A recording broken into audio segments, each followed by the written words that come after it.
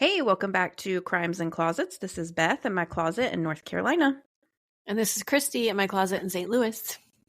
Happy Monday. Happy September. Happy Serial Killer September. Ugh. You know, I was saying last night that I don't like September, obviously, because of the serial killers and all the killings. But it is going to be fall, and that does actually make my little Scorpio heart happy. Yeah, that's true. They just started with the pumpkin spice latte, so Yeah, they did. Technically, have you got one yet? Fall. Yeah, I got an iced one last week. I think the day they came out, because literally the sign was out. I walked to this coffee shop with a friend, and the sign was there, and it was like starting blah blah blah. And I'm like, today, woohoo! I'm in. Yes, super excited about that. And I also may or may not have ordered myself a Halloween sweatshirt yesterday from American Eagle. So that's making me happy. Yeah, it's real cute.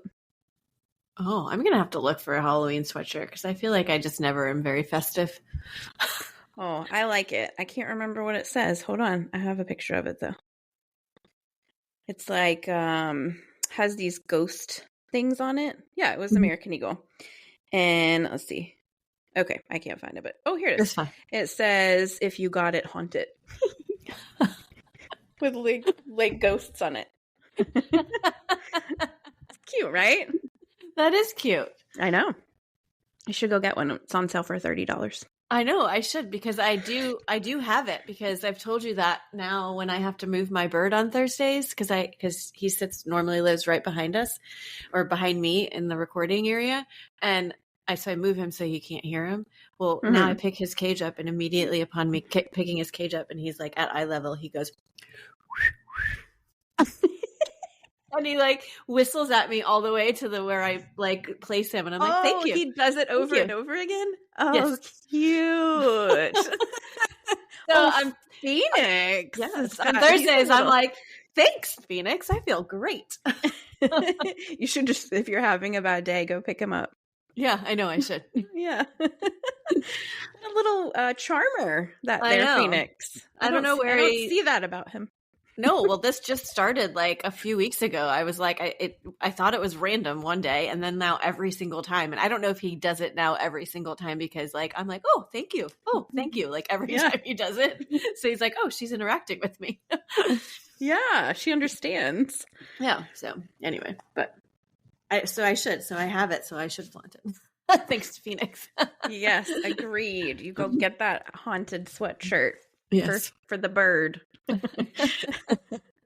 Yeah, cool. What else is happening? I have a really funny story to tell you. Okay. Good. So when I was at the condo, so last, whatever week when we were together, 2 weeks ago, I don't remember how long ago it was. Anyway, but we were together. We recorded our intro together with Trisha. Anyway, when I was there, you left, and I was at the condo for one more night by myself. And first of all, I hated it. Can stand it. Emery is like, you and I are not the same, because he would love it, because I'm like, it's too quiet. I need somebody here to talk to me, or not even just to be like next to me. Don't even have to be talking. Just to know somebody else is there makes me feel like, I don't know, better, whatever. But I'm not. I am an introvert, but I am not completely. Like, I do like to have somebody there. Right. So anyway, whatever. I'm sitting there and I'm chatting with Kelly. We all know who Kelly is. On the phone. Right. And I'm like, you know what? When we get off the phone, I was watching the show Your Honor, which is very good, by the way. You guys should watch it. Bryan Cranston's on it. Yeah, it's very good. Anyway, I'm like, I'm going to watch this, but I got to log into my Netflix. So I started getting onto Netflix, and I was like, oh no, a renter must have logged into their Netflix account. So I was like, well, I need to figure out how to log out. There was zero. You know how normally there's like a little settings button, like a little wheel? Yeah. Nothing on the screen at all, except for 2 profiles for this person's account. Okay. And both are locked with a passcode. Okay. And so I'm like, there's no way to unlock it. Like, I can't get into her account to say sign out, and there's no like settings thing on here to sign out. Like, there was nothing, no way. And I'm like, so I can never sign out of this account on my TV here? Like, oh no. And people can't use Netflix because hers is locked. So like, Yeah. I was in a pickle. Yeah. It is a pickle. It is a pickle. Anyway, so Kelly and I are trying to figure it out. So she Googles something and she's like, oh my gosh, this is hilarious. There's like a cheat code. It's like Super Mario Brothers cheat code. Yeah. That came up when she Googled it. And I was like, oh, I'm so desperate. Let's give it a whirl. So I was like, read it out to me as I'm on the phone. So she's like, okay. And so you're using the arrows on your, and it's specifically for Samsung, I think, because I think she Googled like Samsung TV. Okay. Anyway. So you're using the arrows on your remote and you go up, up, down, down, left, right, up, up, up, up. Okay. Okay, so she had said this to me and I'm like, oh, let's give it a whirl. It freaking worked. The next thing that came on my screen was like, would you like to log out of this account? And I was like, yes. No way.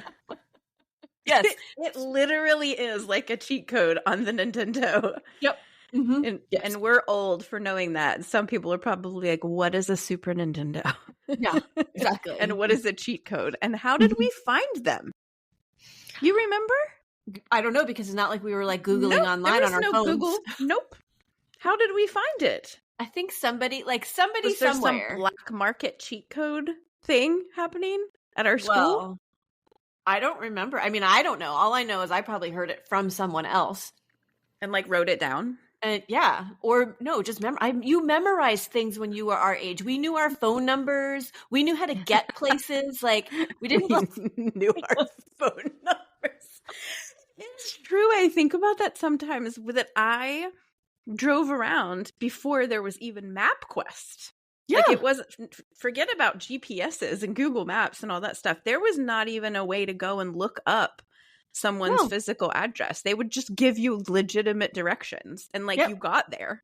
They'd be like, at the yellow, building, turn left. Like there would be like landmarks. Yeah, go like you're going to McDonald's, but before you get there, and we made it. And my house is blue. Yeah, right. And they were always ready. And how did that happen? Because we couldn't text them and be like, "I'm 2 minutes away." No, we said I'll be there at a certain time, and I was there, and I'd be standing outside waiting for that person. It's amazing. the times. Yeah. Well, apparently you can still do things with cheat codes on apparently Get out of Netflix. So. Yeah. All right. Well, thanks for the tip. Welcome. Does anyone else know any other cheat codes on Netflix? If so, please write in. Yes. We want to try them. Is there like a secret level that you unlock for different shows than anybody else? Ooh. See, that would be fun. Yeah, it would. Mm-hmm. We should do a cheat code on the podcast. See what it unlocks. If you can guess our cheat code, you unlock something. Up, front, back, left, right, turn around, do-si-do. That's it. All right. Well, if we want to get depressing and do crime time, I have a serial killer for you to kick off this month. Perfect. It's a little doozy. Oh, and don't forget, we won't have an episode next week, people. And then we will on the 16th. So every other this month again. So just so you know. And Survivors on Patreon. Go do that. Okay. You ready? Yep.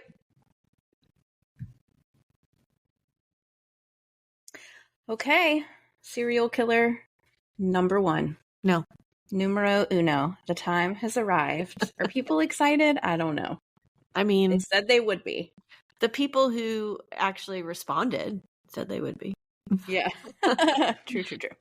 Well, you're getting one anyway. So this one is a real special piece of crap. I mean, they're all awful, but like this I was like outside of the norm. Okay. Right. Yes. So a typical serial killer. It was suggested by a friend of yours, actually, Alicia. Oh, yeah. Oh, I know which one you're doing, I think. Oh, you do? Do you know it? Like, do you know the cases? Possibly. I think I just remember seeing it on the list and being like, oh, yeah, I know that one. But anyway, go ahead. Interesting. Okay. So Alicia is from a nearby town to where this serial killer, did his killing. Mm-hmm. And we're in North Carolina. Oh, nice. Today. Yeah, we're hanging out. Welcome in. Except for this guy. He is not welcome. And it also, I was thinking about it, it's a little bit upsetting how many serial killers are like from North and South Carolina, because we have covered, I went back and looked, we've covered 3. Oh, really? Yes. Thad From Huntley. Yeah, all from North Carolina and that South is Carolina. very interesting. So we're going to be in Gaston County, North Carolina. So that's like, it's west of me, near like the Charlotte area on the South Carolina border. And we're going to be in a very small town that is known as a rural farmer and mill worker town with lots of retirees. Okay. Yeah, it's called Cherryville. I was just going to say, I remember saying the Cherryville murders or something like that was on the list. Yeah. Mm-hmm. So I'll tell you about Cherryville too. So we're going to be talking about this very awful, disturbed man named Phillip Ingle. Mm-hmm. That is our serial killer on this lovely Monday. So Phillip Lee Ingle was born on August 17th of 1961. So this makes him a Leo. Okay. So Leos, independent, confident, self-reliant, but also they're like kind of controlling, possessive tendencies. He grew up in Lincoln County, North Carolina. It was said that Phillip had a difficult upbringing, which required him to be very independent. So that's also a quality of a Leo. So he was probably like hyper independent. Okay. His parents split up just after he was born. And then I have no idea what happened to his dad. It's like never mentioned. His mom, her name was Juanetta. She wasn't much of a caretaker, so she was only around like every now and then during the time that he was growing up. So he really had to like fend for himself. Mm-hmm. He did have at least one sister that I know of, but I'm not sure like if there's any more siblings, and I don't know if they grew up together or not. It's like she's mentioned later. Okay. This is interesting because I feel like you have like a sporadic background. Mm-hmm. And I am finding the same thing with mine that I'll be telling in a couple weeks. Like so it's weird because normally it's like we have, they were raised by a domineering mom and beaten and this and that, like, so it's I do have some of that. Right. I'm just saying, like, you're like, maybe a sister, maybe another one, don't know about the dad. Like just saying it's like, I don't know, less unknown. I think it's probably safe to say that he had an absent father. Okay. And he did get passed around between like various family members. So like you live with an aunt for a while, live with grandma for a while. And I don't know where siblings were, if they were going with him or with mom. I don't know. Okay. So from a young age, his cousin, Philip's cousin, began sexually abusing him. Mm. So that, in addition to being neglected, caused Philip to have some mental health issues from an extremely young age. Mm-hmm. And he actually attempted suicide and had to be hospitalized at the age of 5 or 6. Like, baby. Yeah, he tried to hang himself. Wow. Yeah. So he attempted this again around the age of 9 and again was treated for psychiatric issues. So this started basically his entire life. And whoever was caring for him at the time, from my impression of what I read, is like they would get sick of like his issues and just send him to someone else to live. Mm. Or were like couldn't handle him or whatever and didn't know what to do. And so they would just, all right, next. Somebody else's turn now. So Philip had a hard time in school and he struggled with suicidal thoughts all throughout his teen years. When he was 18 years old, he actually shot himself in the stomach. And when that didn't kill him, he laid down in the middle of the road so that someone would run over him. Oh my gosh. Yeah. So he is like disturbed. It makes me feel bad for him right now. You can feel bad for him right now. You can feel bad for young Philip. Yeah. Okay. That's okay. Yeah. Okay. Oh, little Phil. You can feel bad for him. That's going to take a turn. Okay. But you can. I mean, I figured, but. Yeah. So he was treated in the hospital for 5 days for his gunshot wound. Mm-hmm. And then he was sent to a treatment program for 28 days in the mountains of North Carolina. It's like a psychiatric treatment program. Sometime in the early 1980s, so like around this age, 18, 19, 20, he did serve a bit of time for assault and breaking and entering, but there were no details about that, and it was the only criminal history that I could find for him. Okay. Okay. After he was released and throughout his 20s, he seemed to be like doing okay or better. He got married. He had 2 children. He worked various jobs, mostly that involved like labor jobs. He did seem to have an issue with alcohol and would often drink to the point of passing out or blacking out. Oh, man. But other than that, he wasn't like a mean drunk or anything like that. It wasn't, it was just like sometimes he drank too much and fell asleep on the couch. Other than that, it was said that he was a normal, quiet guy who just lived with his family and kept his head down. One of his friends actually described him as a fine fellow who didn't bother anyone. A fine fellow. He's a fine fellow. Oh, Phil? Okay, so that was until 1991. Okay. At that time, Philip was 30 years old, and he worked at a textile plant in Cherryville, North Carolina. So Cherryville, I've been there, actually, randomly. It's a very small town. It has a population of like 5,000. It's very sleepy. Like, just not a lot of stores and shops and hustle bustle. Did you say it was to the east? No, it's over by Charlotte. It's to the west. Okay, sorry. Okay. Yeah, it's like 40 miles southwest of Charlotte. Okay. It's like 3 hours from here, from me. Right. And it's named Cherryville because the whole town is full of cherry trees. Oh. Yeah, nice. It's pretty. You should look a picture of it. It's really pretty. All right. On Sunday, July 28th, 1991, Philip went into the home of Fred and Margaret Davis. Okay. He went in with the handle of an axe that he had brought from his car. So Fred was 68 years old and Margaret was 67. This is an older couple. Mm-hmm. The door to their kitchen was unlocked, and so Philip just walked in. He saw Margaret standing in the kitchen and beat her to death with the axe handle and then left her laying on the kitchen floor. Did he know? I know you're like, wow, this sounds really random. It is random. Okay. That's why this dude is awful and scary. Okay. So Fred was sitting in his recliner in the den a few rooms away watching TV.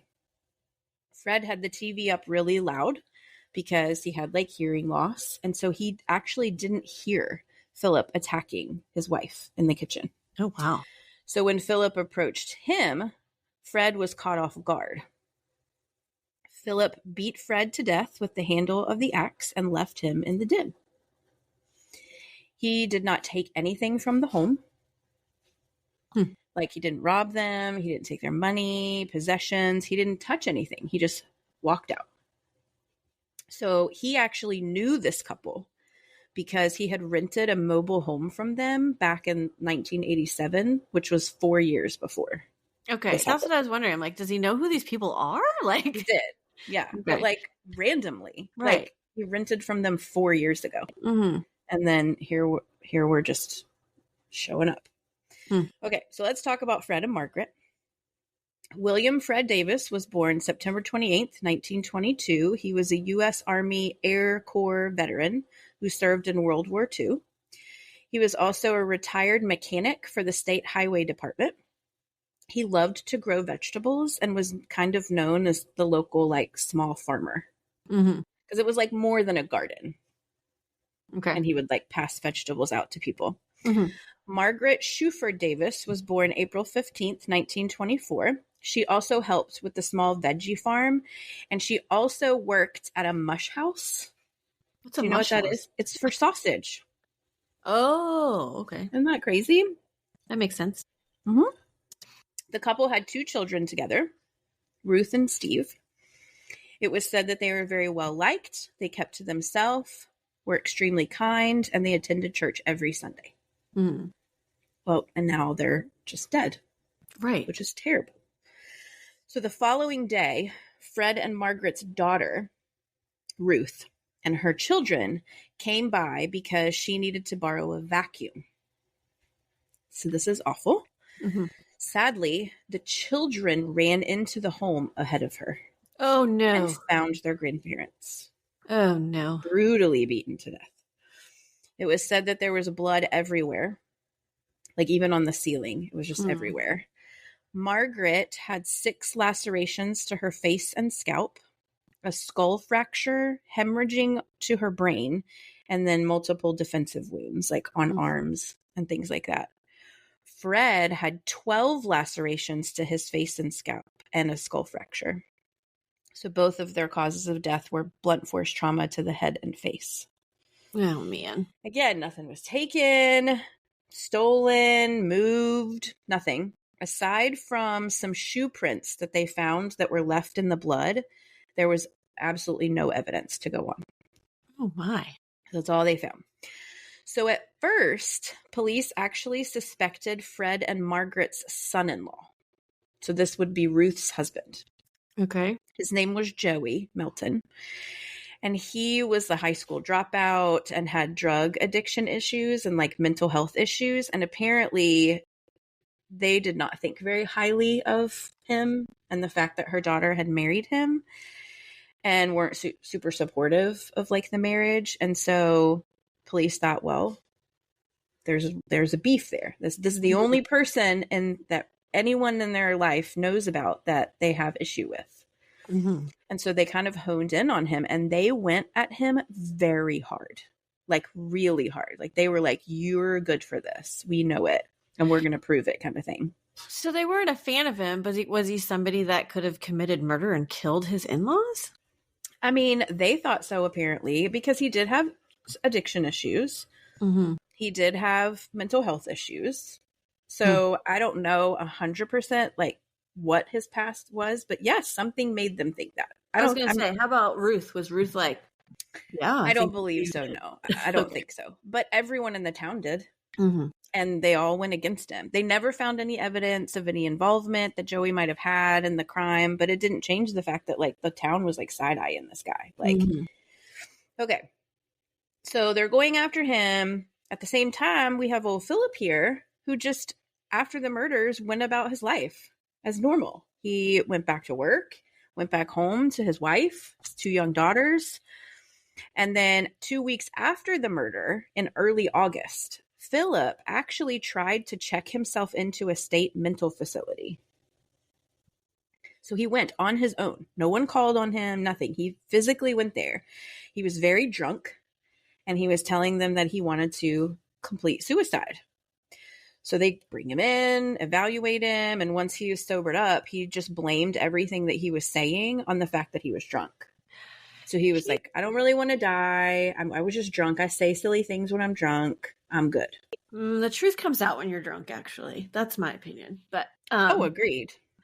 He seems like he's like a constant walking cry for help. Like, yes, you're absolutely right. That's such a good way to say it. Walking cry for help and a walking time bomb, really. Well, yeah.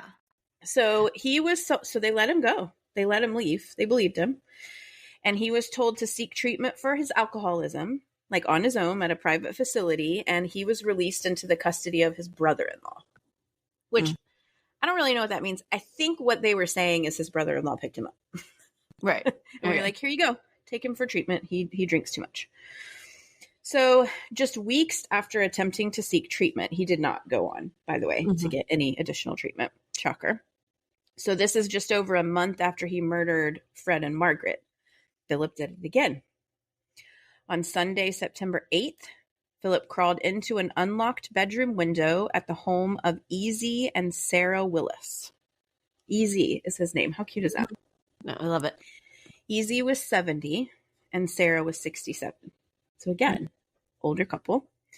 This time he came armed with a tire iron. Again, the TV was up very loud. And so at first, he came upon Sarah first in like the kitchen, and the TV's on. He beats Sarah to death with this tire iron. Sometime in the middle, Easy did hear him and also came into the kitchen to like try to stop him. Okay. So both of them had facial and skull injuries similar to Fred and Margaret's. It was said, though, so because an axe handle, a tire iron is going to do much more damage than an axe handle. So it was said that there were open wounds in their skulls so big that at first police believed they had been shot. Oh, wow.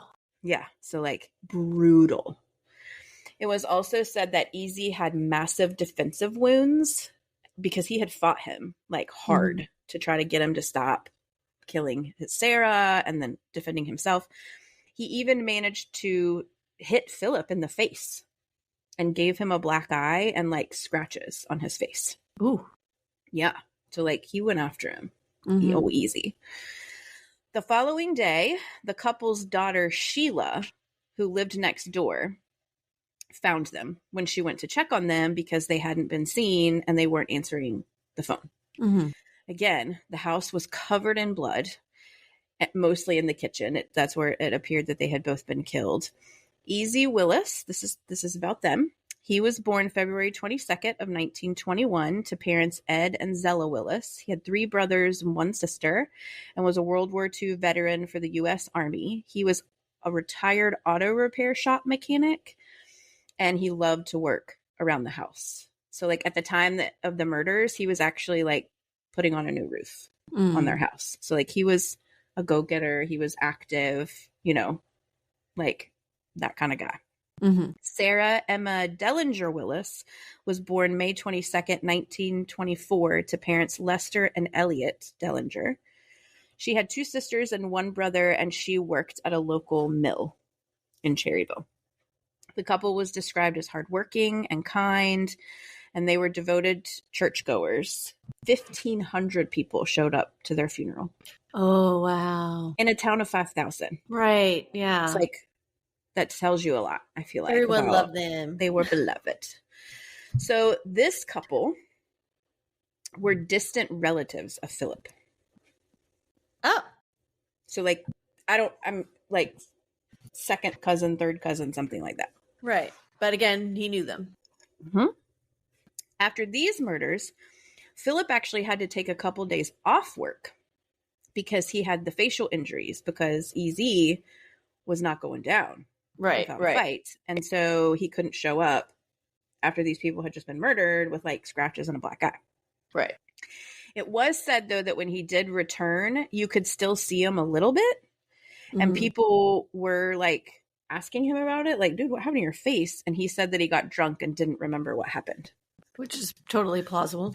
100%. They know him to be like that. So, yes. And he was like, maybe I fell. I don't know what happened. Other than that, he went back to his life as normal. Again, police had little evidence to go on. Nothing was taken from the home. They had no enemies. Like, they did find shoe prints in blood around the house. And the shoe prints did look similar to those found at Fred and Margaret's home. So police immediately connected the murders. They also found a fingerprint on the windowsill of the bedroom, which is where he went in. So they did find that. So that was good. Both of these murders were done on a Sunday. Both elderly couples, all beaten to death, no forced entry, nothing taken, and it's seemingly no motive. Right, exactly. What are these people doing? What are they doing? Yeah, right, exactly. Again, police honed in on Fred and Margaret's son-in-law, Joey. So they were like, well, we have him good for their murder, and this is a copycat, so we think he did this too. Again, they didn't have any evidence that linked him, but they made it clear. They were like, you did this. We know you did this. We're telling everyone you did this. You're a danger to our town. You're a monster, and we're going to prove it. So the day after Easy and Sarah's murders, Joey actually ended up taking his own life with a shotgun because of the harassment he was receiving from everyone, from police, it's like another from the victim town. of this indirect. I mean, it's direct, but indirectly from him. Yeah. It's just so sad. I mean, he like became a pariah The first time when his in-laws were murdered, and then it happened again, he was like, oh my gosh, they're going to try to pin me for all this stuff that I didn't do. Mm-hmm. He saw no way out, sadly. He did leave a suicide note. It has never been released to the public. Oh. So obviously I don't know what it said, but whoever did read it has spoken about it and said it was the law that killed him. Mm-hmm. Like it was their fault. Mm-hmm. So that's very sad. He was only 29. Yikes. He was a young man and had children with Ruth. Mm-hmm. So now Ruth has lost her parents, now her husband. And her children have lost their dad. And their grandparents, exactly. Yeah. So naturally, this town, this tiny town, is freaking out, thinking that there's a serial killer in the town, murdering elderly couples for like literally no reason. Mm-hmm. How could this be happening? Why is this happening? I mean, they started buying guns, they started locking their doors. So this is really sad too. I read a newspaper article that another elderly man actually shot and killed his wife by accident because she came up on him and he thought she was an intruder. And he shot his wife, thinking like, you're the serial killer. Right. So like, that tells you what kind of fear was going around in the town. And the ripple effects of Philip's like awful actions are insane in this case. Mm-hmm. I'm sure this happens in any serial killer story that we talk about or murder in general, that there's ripple effects that we don't think about, but like these are reported on. And so it was just like, holy crap, there's another tragedy and another tragedy and another tragedy, all because of this asshole. Yeah, no kidding. Okay, so fingerprints. Police ran the fingerprints through their system, which this is 1991, so it took several weeks to come back with a match, but eventually it did pop a match identifying Phillip Ingle as the owner of the fingerprints. So his fingerprints that were on the windowsill of Easy and Sarah's bedroom were in the system because back he had that breaking and entering an assault charge when he was like 20 or something like that. Okay, so they go get him. He has no alibis for the days of the murders. They found his shoes. The shoe prints matched both of the shoe prints that were found in blood at both crime scenes, and his shoes had their blood on them. Mm-hmm. So on September 20th, Philip was arrested. He immediately confessed to all 4 murders, and he led police to where he had hidden both of the murder weapons. So the axe handle that he used to kill Fred and Margaret and the tire iron used to beat Easy and Sarah. When asked why Philip killed these 4 elderly people that he knew, he said, quote, "They were demons with red eyes, horns, and tails." And he said he was doing God's work by killing them. Oh, Lord. He said that he was glad that he got caught because he was already planning his next victims. It's scary. Who were they? I know, right? I bet he told. I don't know though. Yeah. He was charged with 4 counts of first-degree murder and 4 counts of first-degree burglary. He pleaded, do you want to guess? Not guilty to reason of insanity? That's right. Okay. Philip underwent a mental health evaluation and was deemed competent to stand trial. In February 1993, his trial began. Co-workers testified about like the facial injuries that Philip had after the second murder, and one co-worker said that Philip had gotten drunk one time and told him that he liked to see people suffer in agony. So that's disturbing. My goodness, no kidding. Yeah. Philip's grandmother testified that just before the first murder, so before Fred and Margaret, that she had gotten in an argument with Philip and that he had turned violent.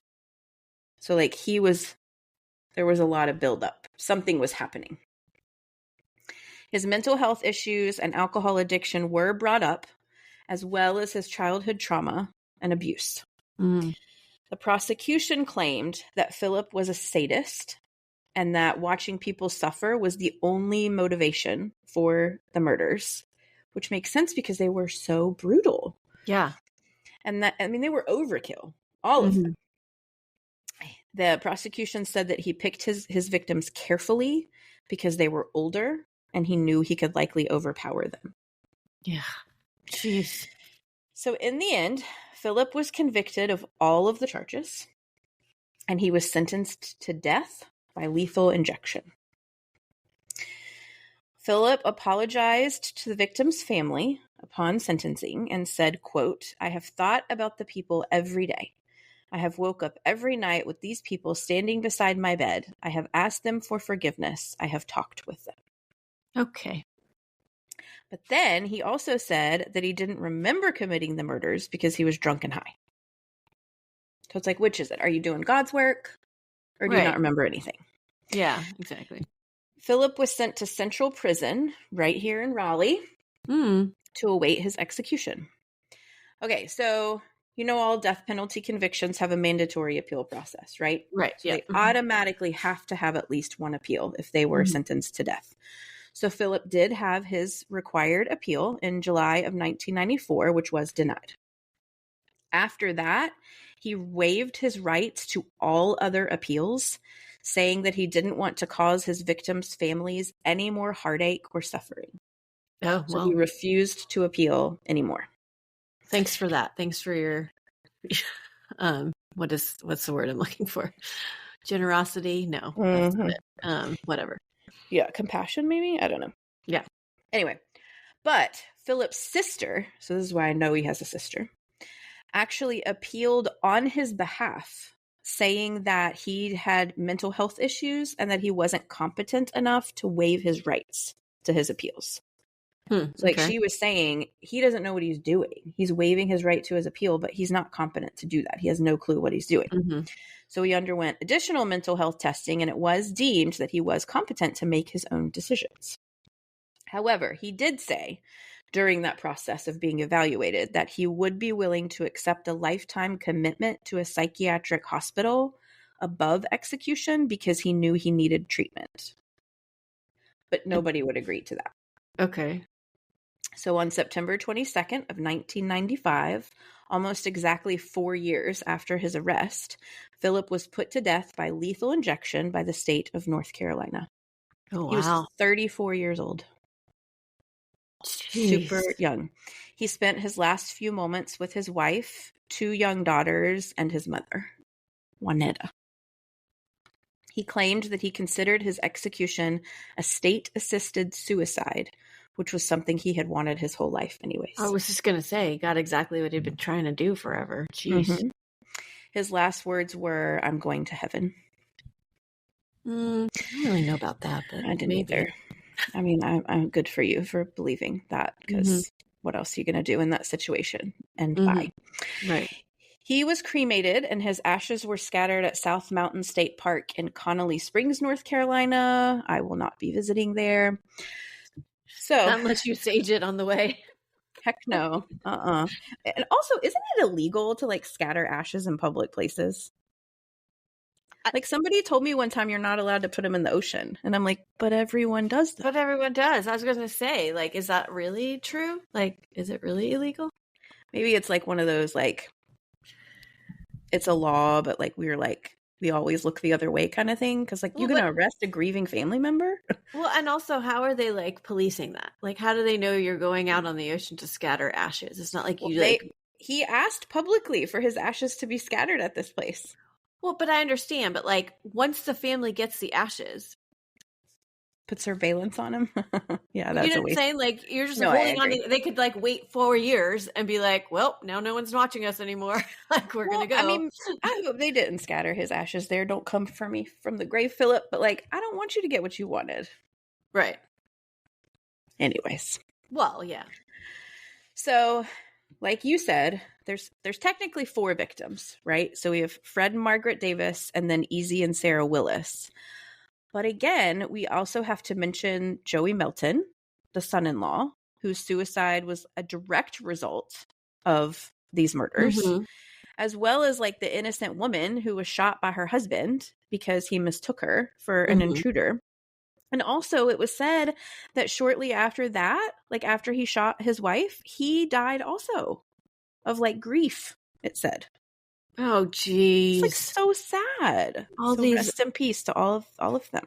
Yeah, no kidding. I mean, those last three were not like Phillips, so victims of Phillips directly, but like they were victims of his actions. Yeah. Yeah, And no kidding. the most awful part. I mean, I know it was all awful, but we Yeah, don't all of know it. why he did this. We have no motive for real, except for that he is just blood hungry. He was disturbed his entire life, and maybe like the fact that he couldn't even complete suicide himself, like it he wanted to like watch somebody die. Oh, I don't know. I'm just like I pulling mean, stuff I out my don't butt now. disagree with that. It's just horrible. Yeah, it is. I mean, I do think that his trauma and mental health issues played a role, obviously, Mm-hmm. in the crimes. I don't think it was the entire problem, Right. obviously. And I think it's extremely unfortunate that he did like attempt several times throughout his life, like even after the first murders, he Mm-hmm. went to go get help. And no one recognized how badly he was actually suffering from Right. his like substance issues and mental health issues. I mean, it doesn't excuse that he planned. I think he planned these out. Oh, And 100%. He said picks he was planning victims his next one. So 100%. And they're brutal, but it is a system failure because if they had put him inpatient after that first time, then the second murders would have never happened. mm-hmm. Mm-hmm. And then Joey he wouldn't have completed suicide. So it's just, we have to do better. I mean, there were signs. Yeah. There were signs and it could have been stopped. I mean, I hope they are doing better. Like this is in the 90s, so it's like Mm-hmm. I hope things are better, but we also You know know what though? firsthand that there are things that are not better. So 100%. personally, And yeah. I covered a case and I thought of this actually, and I cannot remember, and I feel terrible about this.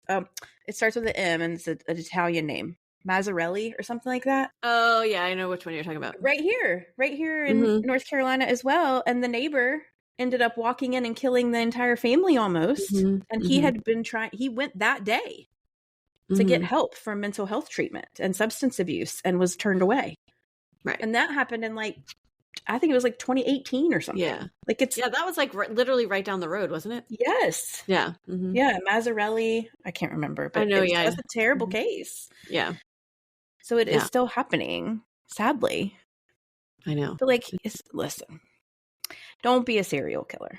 Okay. Step one. Step two. Step one. Yeah. Pro tip. Don't be a serial killer. But also, elderly people, I know. that's a special place in hell. Yeah. Yeah. It kills me. It kills me. Kids and elderly people are the Or worst. mentally disabled people. It's Oh my same gosh. thing, right? Yes. Mm-hmm. Awful. Yeah. Mm-hmm. Yeah. It's ridiculous. Oh my gosh. Well, Yeah, he's okay. terrible, and there's my serial killer. Bye. Okay, well, I did look this up while about the scattering of ashes, so I'm gonna inform us.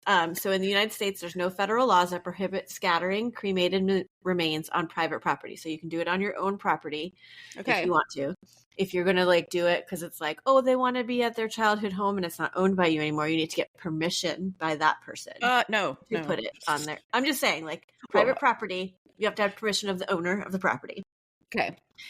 Public land, you need to check with city and county regulations and zoning rules.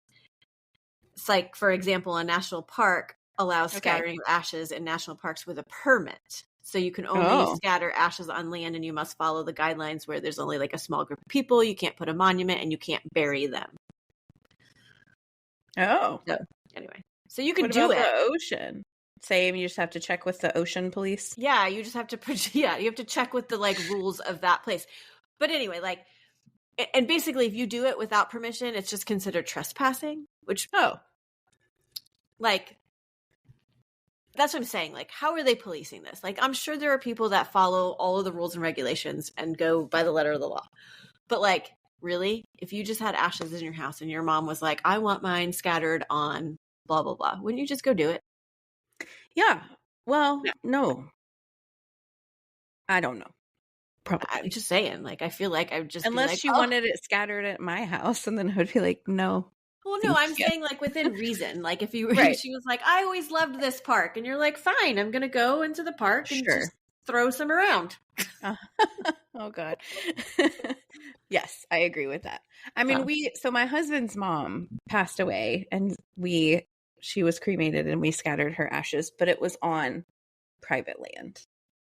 Yeah. Not ours, but I mean, ish. It's hard to Trespassers.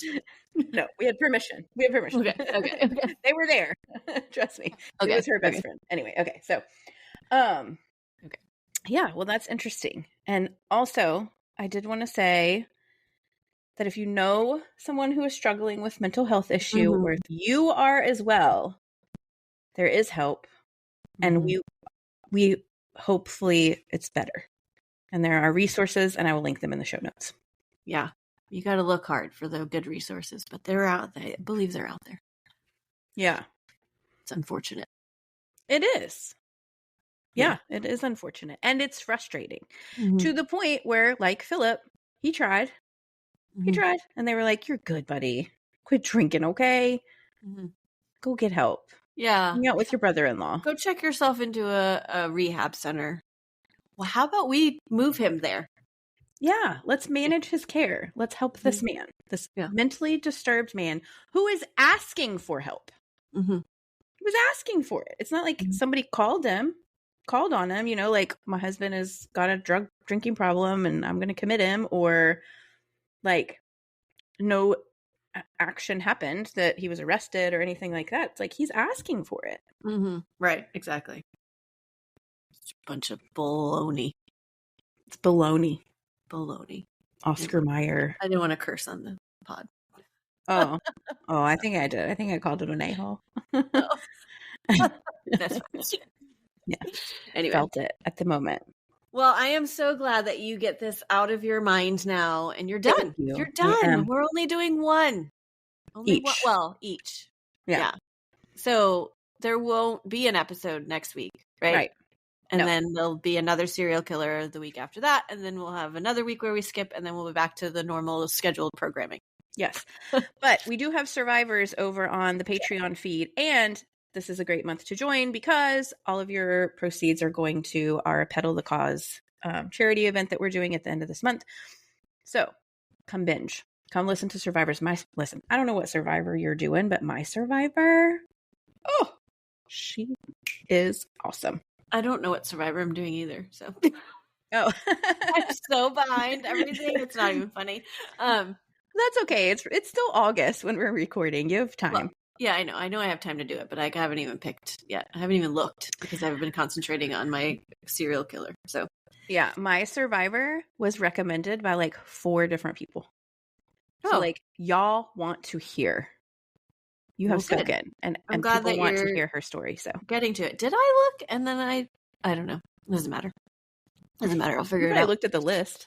I still have somebody that I have written down as like a regularly scheduled program person that I'm in my head need to remember that I actually haven't recorded it yet, because I usually only write it down when I record it. And I'm like, I haven't even researched it yet. So write that down right now. Okay, got it. Yeah, write it down right now.